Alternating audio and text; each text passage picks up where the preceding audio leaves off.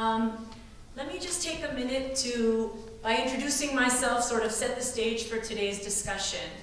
I have had the fortune, or maybe rather the misfortune, of working in many disasters, especially complex emergencies, wars, and working under extraordinary circumstances. One of my most extraordinary challenges and experiences has been working in Qarabağ since 1994. As mentioned, thank you, I sounded great on paper. I've had the honor of writing its first national health plan in 1996.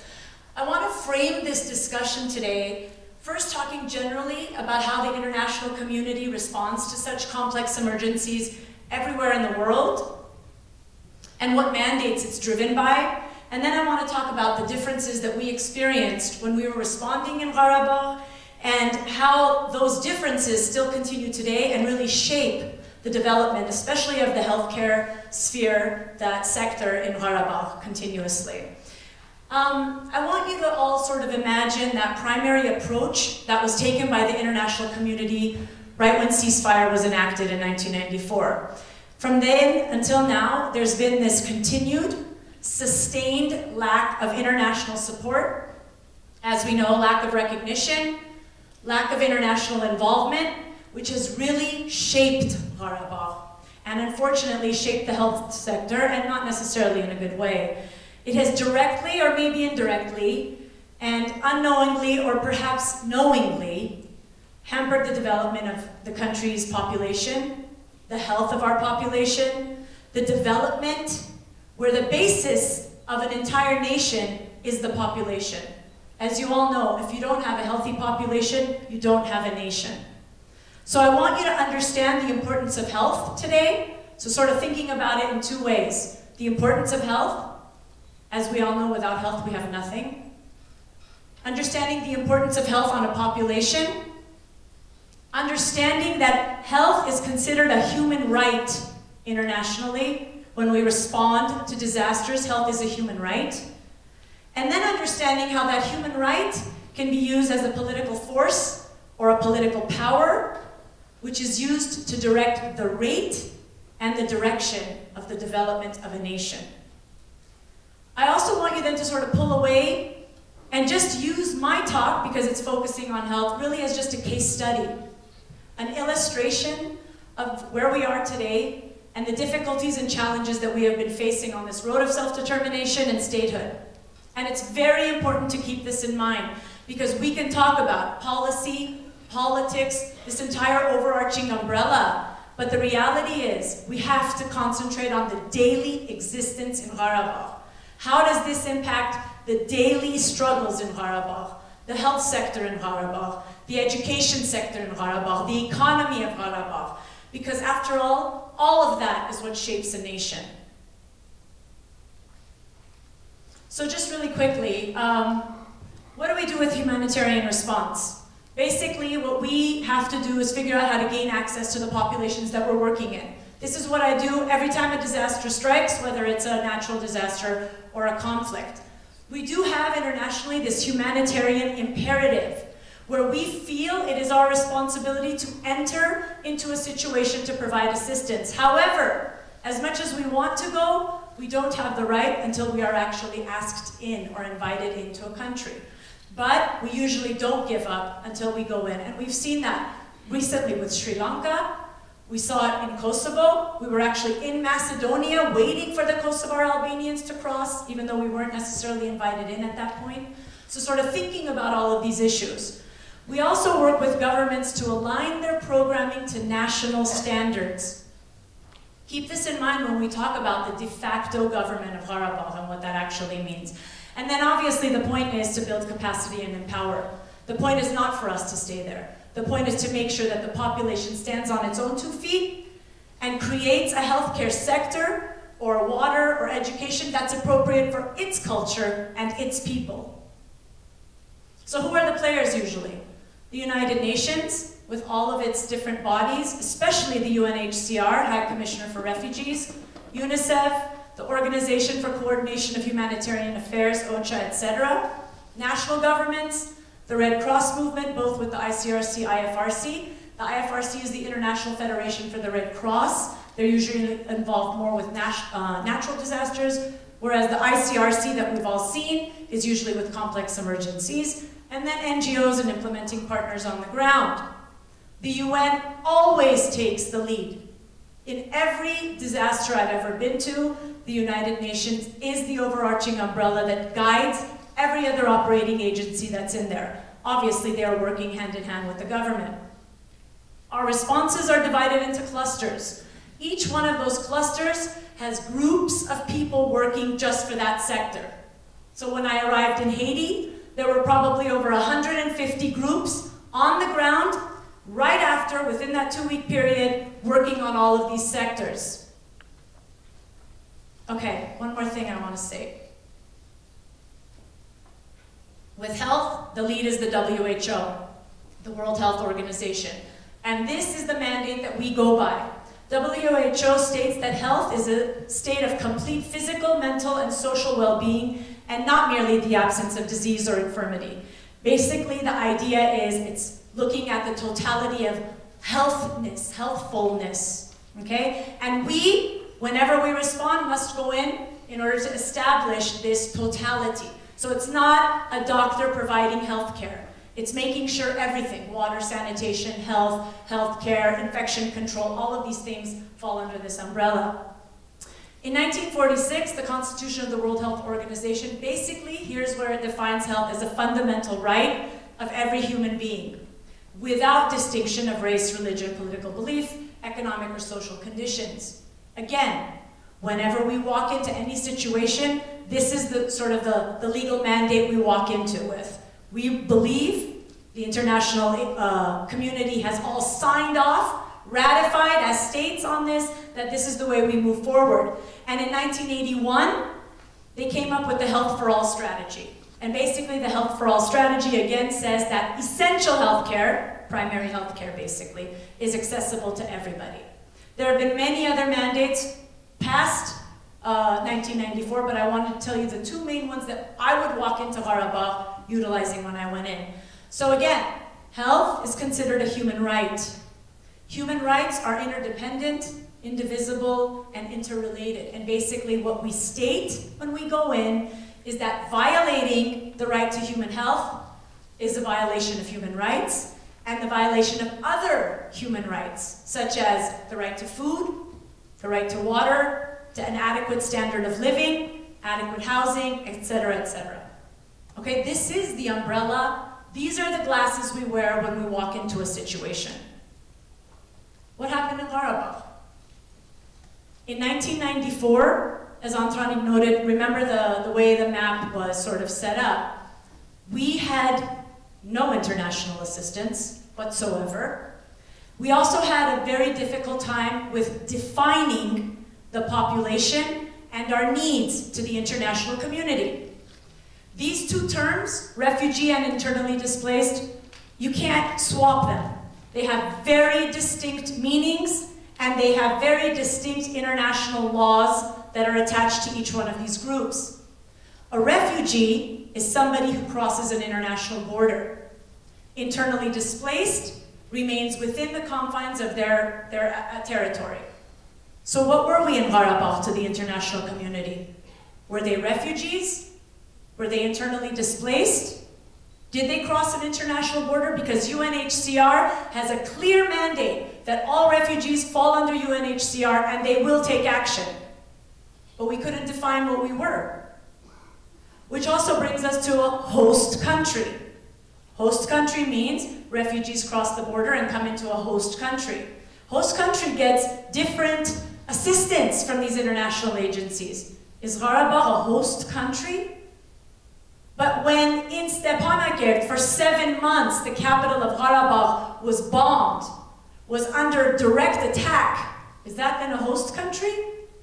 So these terms meant a lot to us, and we didn't know how to clarify them in order to make sure that the international organizations would respond. The other problem we had was a huge flight from violence. Flight for violence, war, frozen conflict, all of these need much greater assistance than dealing with a natural disaster. Obviously, we all had the 1988 natural disaster of Armenia in our minds. Not that we don't need a lot of assistance for that, but usually the way it works is that should be a smaller period of time before it moves into redevelopment. With war, with complex emergencies, the need is greater because they've lost everything. They've given up everything to be there. Not only the physical, but the psychosocial, as well as infrastructure and everything else we had to think about. At that point in time in Qarabağ as well, there were no systems to support the government. Which system? Originally, all of Qarabağ got its information, we're talking about healthcare specifically, from Baku. The indicators of what they needed to look at, the per capita, how many doctors they needed, how many nurses they needed, everything came centrally from Baku. Resources came from Baku. But now, we had cut those ties completely. And we didn't have the ties for Moscow either with the dissolution of the Soviet Union. So our Ministry of Health, the de facto Ministry of Health, had no training as a Ministry of Health. They were doctors, they were surgeons, they were pediatricians that all of a sudden had to run a health sector of a country not recognized and a country that received zero international assistance. So in 1994, when we started to try to figure out how we were going to write the National Health Plan and realized that we would have no UN assistance, no WHO technical assistance, we also realized we had no data. Qarabağ really didn't know what the problems of Qarabağ were at that point in time because data was centralized. Data was lost during the war. All our buildings were bombed. We had lost a lot of what we had for healthcare. And the reality is, if you ask a physician what they need for their healthcare, it's completely different than if you ask the public health practitioner what they need for their healthcare system. And we had to go in and out and think about those things as we started to establish the National Healthcare Plan. Again, I have never, in all of my years of responding to disasters, never been left without UN assistance. Never been left without CDC assistance. National CDC actually sends teams over. When I went into Haiti, you all must remember, the US military was actually mobilized to help in Haiti with logistics and everything we did. Here we were in our new country and had zero international assistance or aid at that point. Does that mean that there weren't smaller groups working there? Yeah. There was an NGO from the UK doing a small immunization project. MSF was in there doing a TB program, a few very specialized things, and of course, the diaspora. Really, that's all we had. I was the only expat from America working in Qarabağ at that time, in healthcare. And that was a huge, I guess, weight on my shoulders and obviously a huge honor. But it was a very unique situation when it came to understanding how we could actually plan for what we needed to do next. So the reality is, without health, there is no existence. This conversation today is moot. If you don't have a healthy population, you don't have a nation. It is the prerequisite for nation building. It is the prerequisite for national security. We talk about economy. We talk about repatriating the lands. We talk about productivity. That all depends on a healthy population. In 1996, when we wrote that first National Health Plan, as I stated, I realized we had no data. And as much as we talk today about collecting data on the ground, when it comes to healthcare, we still don't have the data that we actually need because of funding, because of resources. So what did we do? We conducted the first cross-country population-wide survey ever in Qarabağ. In 1996, we used 31 university students, the best help you can find anywhere, who were quite excited about even finding out about their country and figuring out what was happening in Qarabağ, and we did a 1,000 household survey. That is a large sample size for Qarabağ. And that is what we based our entire health plan on. We figured we had to figure out what the nutritional status was of the population. We didn't even know the demographics at that time. There is such a thing as a population pyramid.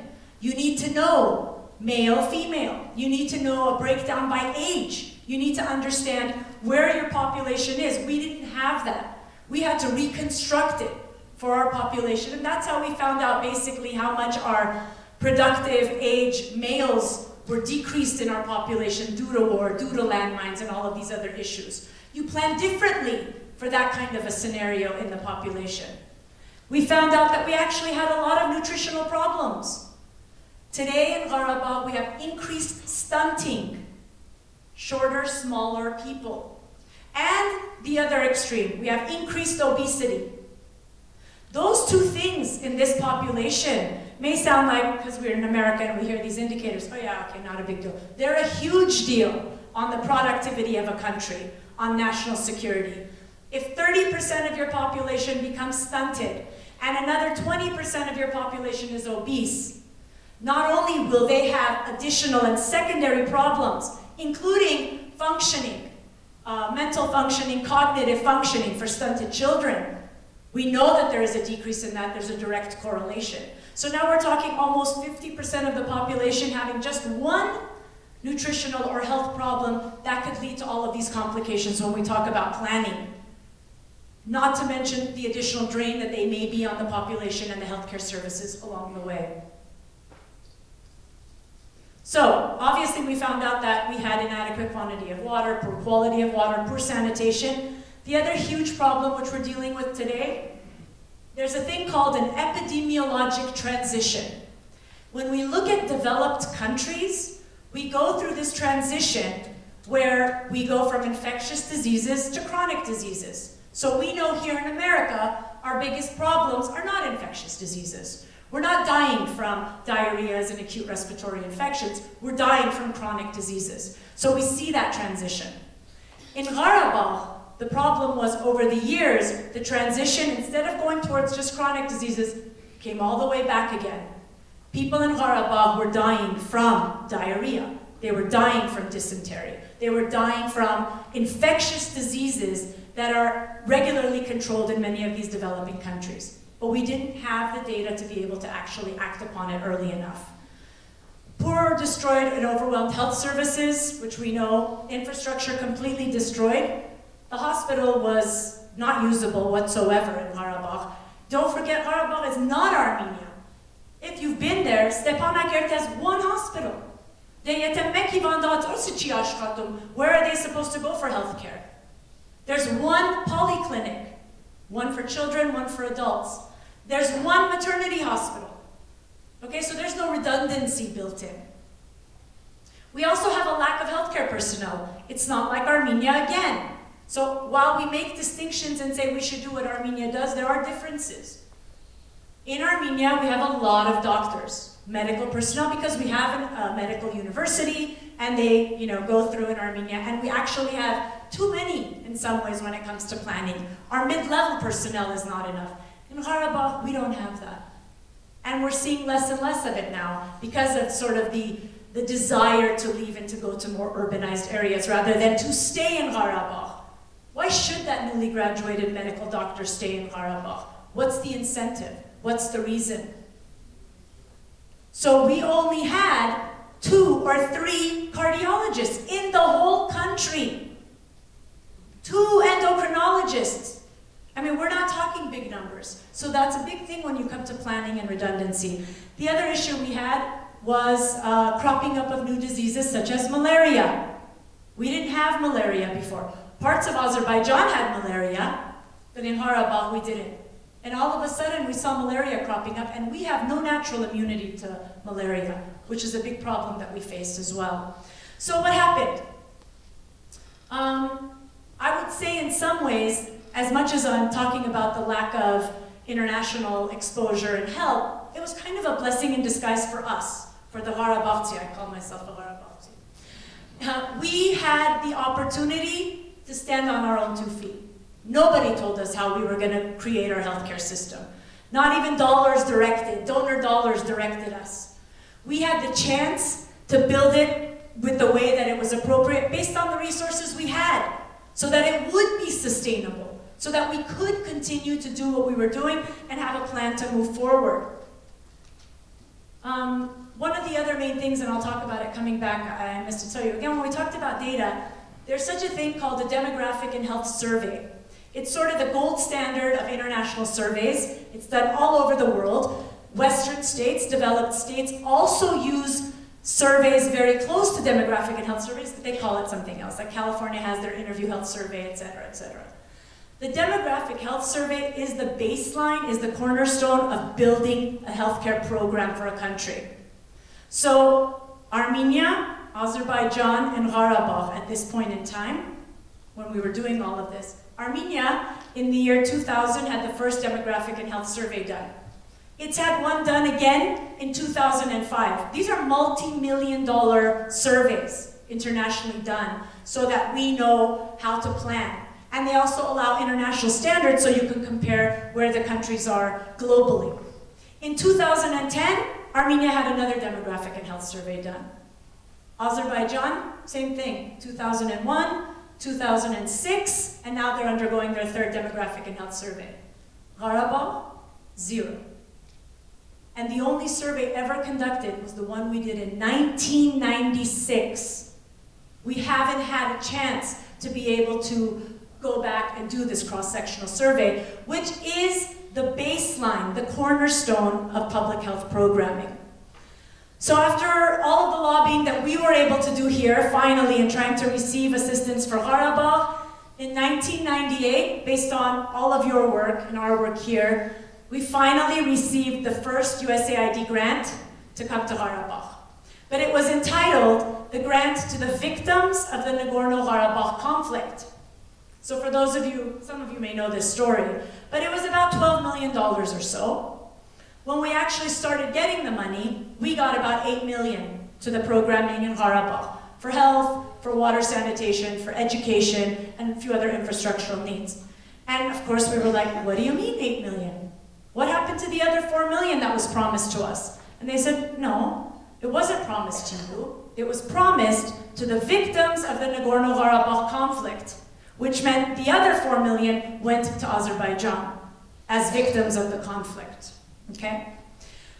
I received money to do the healthcare component. I was told I was only allowed to do emergency humanitarian programming. Well, at this point in time in 1998, that's perfectly fine. It's perfectly correct. But I cannot do any programming that would develop a country. Any development programming could not be funded through AID. And I was not allowed to work with the de facto government. Now remember that first slide. It is a tenet of international humanitarian work and international development that you must work with the local government.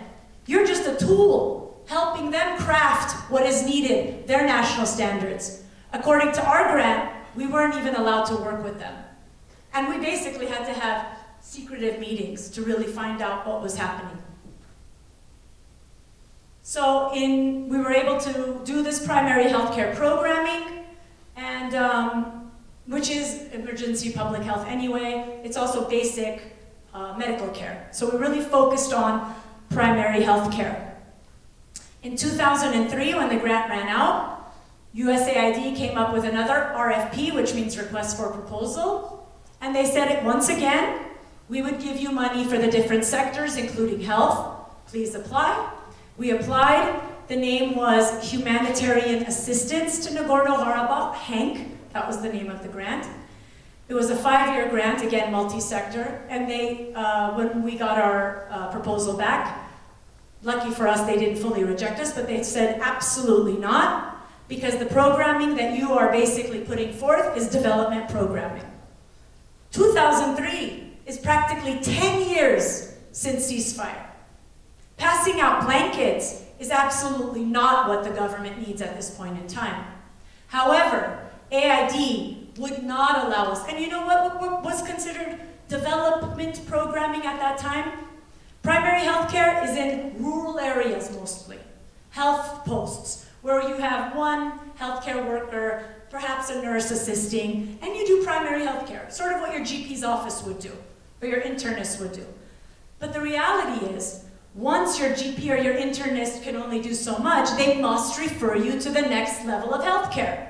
The next level of healthcare in Armenia and Karabakh is that outpatient clinic, the polyclinic, which is called secondary care. And then it goes up to tertiary care, to the hospital level. But that's a normal progression of a sick human being. We were not allowed to work on that secondary level of healthcare. So even though for the last 5 years, we had done all of our work on the primary level and then to get ready to move them to the secondary level, we were now not allowed to use this money. And it was a few $1 million that had to basically be wasted in some ways. We found a way, making this sound like it was emergency, this was this, etc. But that's not the point. The point is, even the money that we fought and lobbied to get had our hands tied. We were not allowed to use it the way Karabakh needed it to be used. So where does this all come? When we're in the field working, the biggest thing we look for is non-discrimination, obviously. And discrimination is really this purpose of impairing or nullifying your right to exercise your human rights and your fundamental freedoms. And that's exactly what we were faced with our population. Karabakh was completely discriminated against in the world market international community. We were marginalized. We also know that in health, marginalized populations disproportionately have a higher share of health issues, health problems. Was this done purposely? Were we marginalized purposely in order for the health of the population to not be able to keep up with the development of the population or what was expected? And these are huge issues that we have to think about. Since 2008, there has been no direct funding for health in AID. No large-scale health programs, nothing. AID has been doing some great work in giving us money for Halo Trust. If you don't know, Halo Trust is the demining group that's working in Karabakh. We definitely need demining. When I spoke to the group on the ground at Halo Trust, they estimated about 100,000 landmines in Karabakh. That's almost one per capita. So there is a lot of work that needs to be done for demining. However, for AID and the money that we get, is that the priority? Healthcare is not a priority. Water sanitation is not a priority. Education is not a priority. Empowerment is not a priority. Is demining not important? No, it's important. But it's definitely not our priority in building a country. Again, 18 years post-disaster, how many blankets can you pass out? How many times do they want us to do just, emergency programming? How many Band-Aids do we put on this solution? We can't.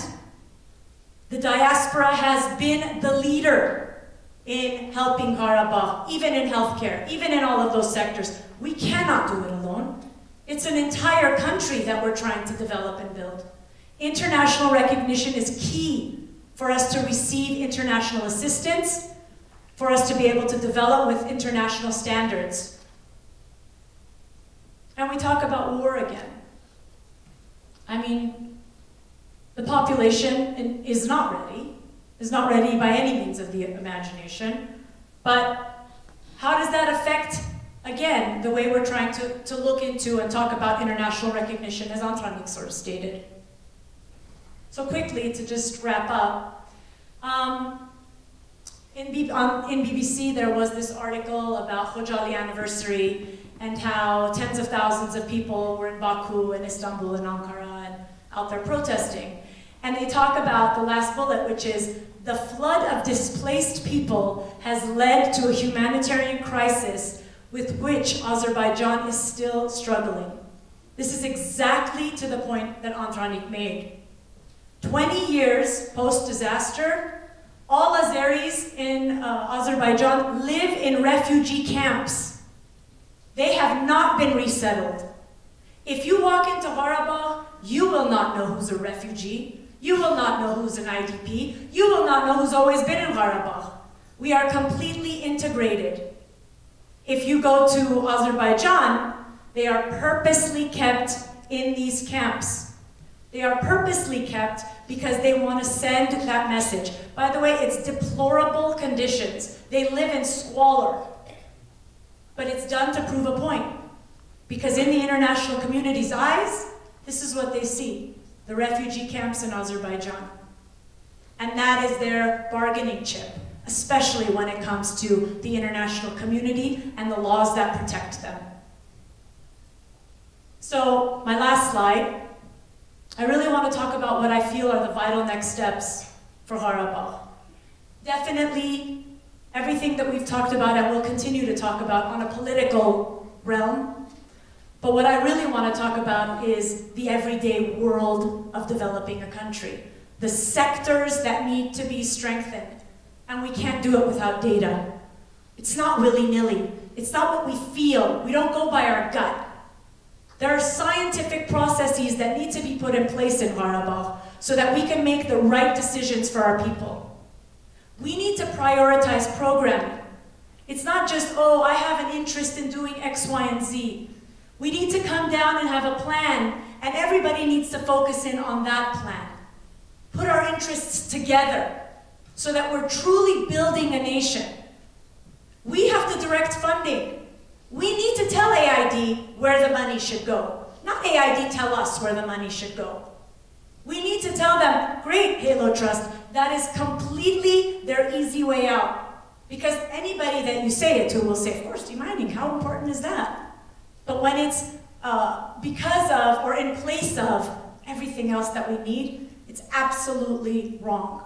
And we need to be able to direct that kind of programming. Disaster programs always feed into development programs everywhere in the world. Right now in Haiti, everything that we're doing is programming for Haiti 20 years down the road. It's not just to put the Band-Aid there. But our efforts are not moving in that direction. And we may have to make sure they are. And obviously the most important thing is we need to be visible. We need to be loud, and we have to be persistent and consistent in what we're asking for in the development of Karabakh. Thank you.